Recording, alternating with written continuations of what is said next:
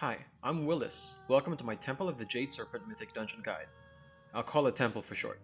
In this video, I'll extensively cover the abilities of all enemies you will face in a Temple run. Temple is a dungeon that has seen some changes from its original iteration in Mist of Pandaria. And boy is it a difficult dungeon. I'll be making a guide on all 8 of the slated Mythic Plus dungeons for Dragonflight Season 1, so be sure to subscribe if you want to catch those. Just like with my Shadowlands guides, I'll be marking important or impactful mob abilities in red, and less important abilities in green.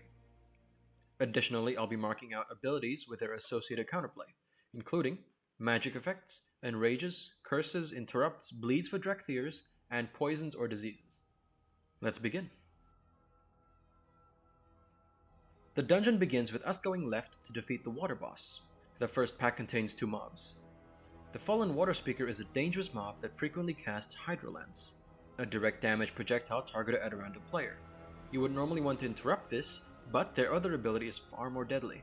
It's called Tidal Burst, dealing significant damage to the whole party, and applies a dot at a similar damage level. This is a priority interrupt. Surrounding the Water Speaker is a small group of corrupted droplets. These droplets frequently cast Splash, dealing minor damage to the whole party. And upon death, they leave behind a pool, which deals fair damage to players in a small 3-yard AoE. Past that, you face only one other unique mob, the Corrupted Living Water. This unit has 2 abilities as well. The first is a group-wide damage ability, through Tainted Ripple, dealing significant damage and applying a magic dot.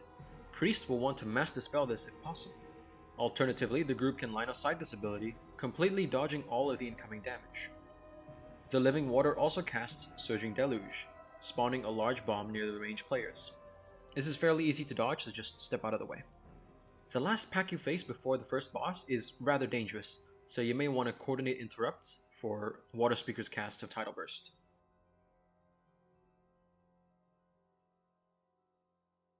And with that, we arrive at the first boss, Wise Mari. This boss is drastically different from what it used to be. Let's talk about the arena first. The arena is partially wet and partially grounded. The wet portion of the arena isn't deadly on its own. Throughout the fight, the watery bits will froth several times and explode through Corrupted Geyser. You can count it. It goes froth, froth, froth, boom. That burst does a lot of damage, so you must be careful. Standing on the solid ground portions will keep you safe from this. As for the boss themselves, they cast Hydrolance, not too different from the Water Speakers earlier. You'll want to rotate kicks for this. Wise Mari then frequently casts Corrupted Vortex. This marks one player for the Vortex, and after 6 seconds, deals damage to that player and leaves behind the Vortex. Standing in the Vortex pulls you in and does damage, so DPS will want to step out of the arena and drop the Vortex out of the way, so it doesn't interfere with your ability to deal with the next ability, Wash Away. Wise Mari will turn towards a direction and begin firing a water laser. This laser is lethal, and now you must run away from it. It's undetermined if it goes clockwise or counterclockwise, so give yourself room to move if it goes either way. This part of the fight can be hard for casters. While running for the water beams, you must also keep track of the geyser and its timing. 1, 2, 3, boom. Only move after or before the boom. And that's the whole fight. After defeating that first boss, you get a small movement speed buff, and make your way back to the other side of the dungeon. If you die, releasing is faster than resurrecting. The way to the second boss is littered with many unique mobs. The only mob you'll see repeatedly, here and later on, is the Haunting Sha. Their main ability is Haunting Scream, an AoE interruptible fear. This can and must be interrupted, absolute priority. Their other ability is Haunting Gaze, a tank hit. It does hit fairly hard though. As for the other mobs, the first you encounter is Jang and Shang. Both have the same moveset. They both cast Throw Torch, targeting a random party member and applying a magic dot. Healers will need to dispel this, though because they both generally cast it at the same time, 2 players can't be dispelled at the same time. So healer dispel one and focus heal the other. Their other ability is Aerialist's Kick, charging at a random party member, damaging all units caught in their path. Fighting in such a narrow corridor, it's very difficult to position effectively to minimize the damage, but try your best to spread out. Past that and another Haunting Sha is the fish. The talking fish is Magikarp. It casts Splash, but that doesn't do anything. The fish also casts Sleepy Soliloquy, an interruptible channel that sleeps a target. Dispel it if you miss the interrupt. The talking fish is also surrounded by lesser Sha. These Sha don't do anything crazy, they just explode upon death, dealing unavoidable damage to the whole party. On a small bridge is another unique mob, the Songbird Queen. The crane primarily casts Vicious Peck, dealing significant damage and applying a bleed on the tank for several seconds. This can hurt quite a bit. The Queen also casts Territorial Display, dealing significant damage to all players in a small AoE for a duration. Just step out of melee and wait for the cast to finish. And finally is a pack of 3 unique units, likely the hardest trash pack before the second boss. The Crybaby Hosen is probably the most dangerous among the 3 here. The Hosen has an aura that causes it to shoot ground projectiles indefinitely. Dangerous and lethal.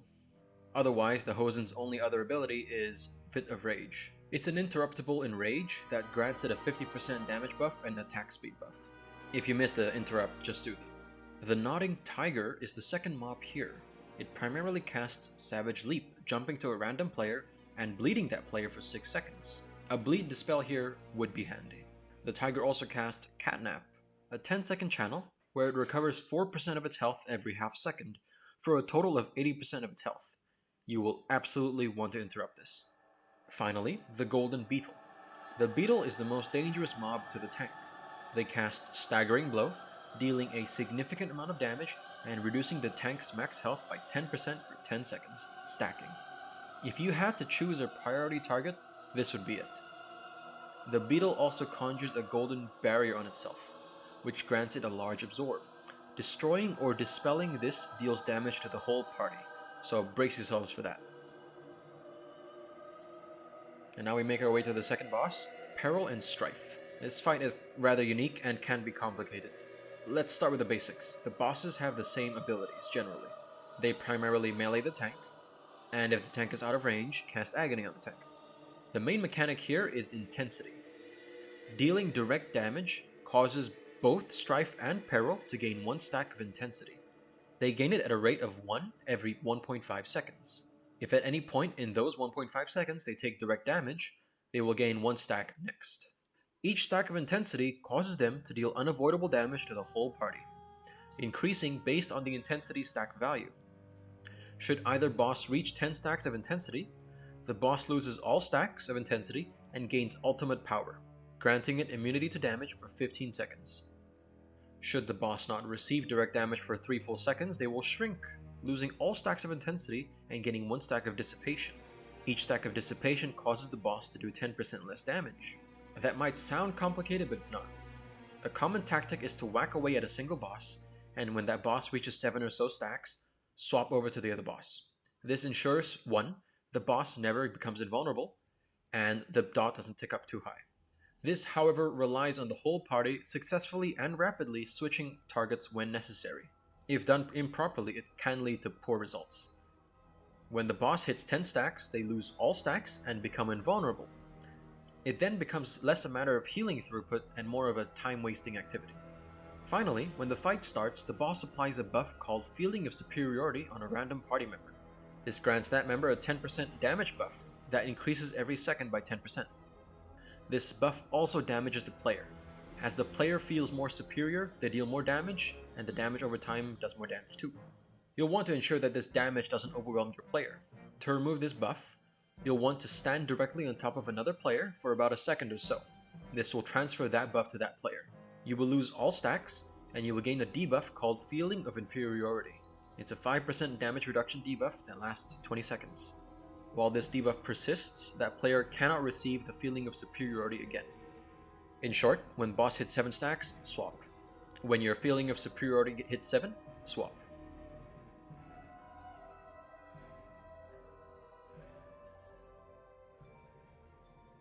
And here's where the trash gets really hard. The first mob you'll face, past the second boss, is the Shambling Infestor. The Shambling Infestor is fairly deadly. Their first ability is Flames of Doubt, a frontal that is shot in the direction of the tank. It doesn't track, so tanks sidestep this after he fires it. Their dangerous ability is Summon Sha. They spawn about 6 malformed Sha, which functions similarly to the lesser Sha seen earlier. They explode upon death, dealing unavoidable damage to the whole party. Keep a watch on your health here. Past this mob are a couple mobs on patrol. The first is the Depraved Mistweaver. The Mistweaver casts 2 abilities.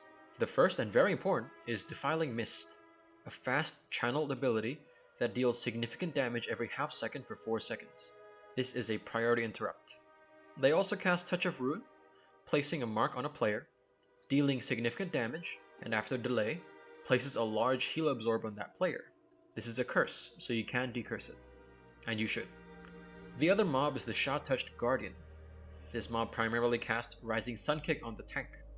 This deals significant damage and reduces healing received by 20% for 5 seconds. Tanks use defensives appropriately. They also cast Leg Sweep, a slow cast AoE stun. You can just step out of that. Interestingly enough, there's only one other unique mob in the rest of this dungeon, and that would be the Minion of Doubt. Their first ability is Dark Claw, a significant tank hit. They also cast Shatter Resolve, spawning several Dark Orbs of Doubt, which explode after a few seconds, reducing player damage dealt and healing done. You'll want to avoid these orbs. The mobs don't seem hard, but I can assure you they can be. Specifically, the significant amount of tank damage. There is a lot of pressure on the tanks, though there may be some bias in my judgment as I usually play the tank. To spawn the third boss, you'll need to clear the entire courtyard. And we begin the boss fight, Liu Flameheart. Flameheart has 3 phases, each with the boss possessing 2 unique abilities. The first phase is when the boss is between 100 and 70% health. The boss will cast first Serpent Strike, a significant tank hit, with a dot component. The boss will always follow it up with an AoE attack, Serpent Kick. This kick does lethal damage to all players in a 9-yard radius. Upon completing this kick, 4 serpent waves will shoot out in 4 directions from the boss, so keep an eye out on their spawns and step aside. The second phase is between 30 and 70% health, the hardest phase by far. The boss gains a buff called Jade Essence. This enhances all her abilities. Serpent Strike is now called Jade Serpent Strike, and applies a large healing absorb on the tank in addition to the other stuff. Healers, you'll need to keep sharp eyes on your tank. Serpent Kick is now Jade Serpent Kick, and leaves behind a path of Jade Fire. This deals damage when you step on it, so don't. At 30% health, the boss runs to the middle of the room, and transforms into Yulon, entering the last phase of the fight. Yulon has an entirely new ability set, completely unrelated to the initial boss fight. The first ability is a frontal breath attack that can easily be sidestepped, even by the tank. Yulon's other ability is Jade Fire. They launch a ball of jade at a player, and leaves behind a large puddle. Just step out of this puddle and keep destroying the boss. The incoming damage in this part of the fight is much more manageable. And that's it. After defeating Flameheart, the door to the last boss opens and you are faced with several very difficult trash packs. Take them slow, take them steady, assign interrupts, and you should be good. The last pack in particular can pack quite the punch, especially on the tank, so pull with caution. The last boss is a difficult one, and one that will test the limits of your healer. Mechanically, however, the Sha of Doubt is not very complex. They have 3 abilities.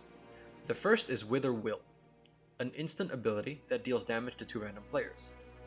The second and most dangerous ability is Touch of Nothingness. The Sha applies this magic debuff on 2 players, dealing a significant amount of damage over 20 seconds.